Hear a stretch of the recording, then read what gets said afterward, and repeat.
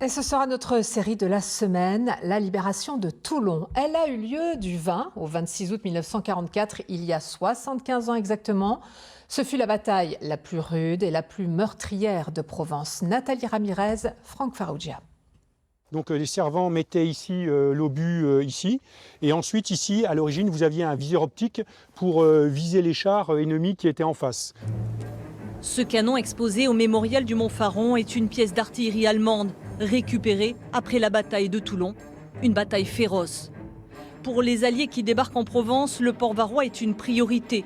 15 000 soldats français vont encercler la ville, en majorité des unités coloniales de l'armée B du général de Lattre de Tassigny.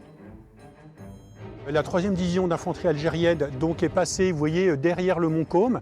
Elle a débouché ici, face à vous, en face du col de Garde. Elle est descendue tout au fond de la vallée ici, et elle est remontée ici, donc notamment le 3e régiment de tirailleurs algériens accompagnés des commandos d'Afrique, qui sont venus ici sur le Faron. Une fois arrivés ici sur le Faron, ils se sont tournés vers Toulon. Et c'est là qu'ils sont redescendus prendre Toulon par le nord. Et les combats d'ailleurs avaient déjà commencé avec les forces françaises de l'intérieur qui déjà se battaient contre les Allemands dans Toulon-Centre.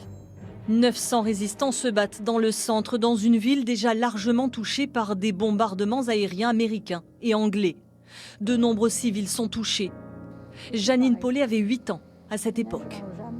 Quand on voyait bombarder Toulon, ça faisait des champignons de fumée, il y avait des poutres qui volaient en l'air, des cheminées. C'est vrai que c'était émotionnant, puis on savait qu'il y avait des gens qui allaient mourir, qu'il y avait des blessés,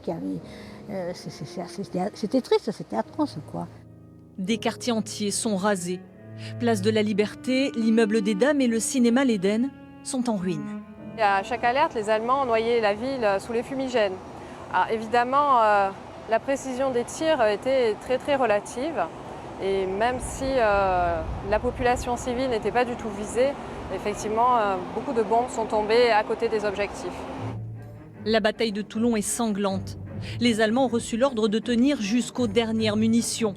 En une semaine, on compte près de 2700 victimes françaises, 8000 du côté ennemi. Le port est complètement dévasté.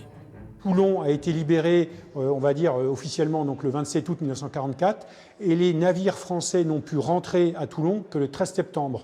C'est-à-dire que durant ce laps de plus de 15 jours, il a fallu déminer le port, il a fallu enlever donc les carcasses de navires et essayer un petit peu de restaurer les quais qui avaient été fortement endommagés par tous ces bombardements multiples et de toute origine. Les Américains se serviront du port pour acheminer armes et matériel vers le front. Toulon, désormais libre, panse ses plaies. Mais la ville restera jamais marquée par cette bataille qui va profondément changer son visage.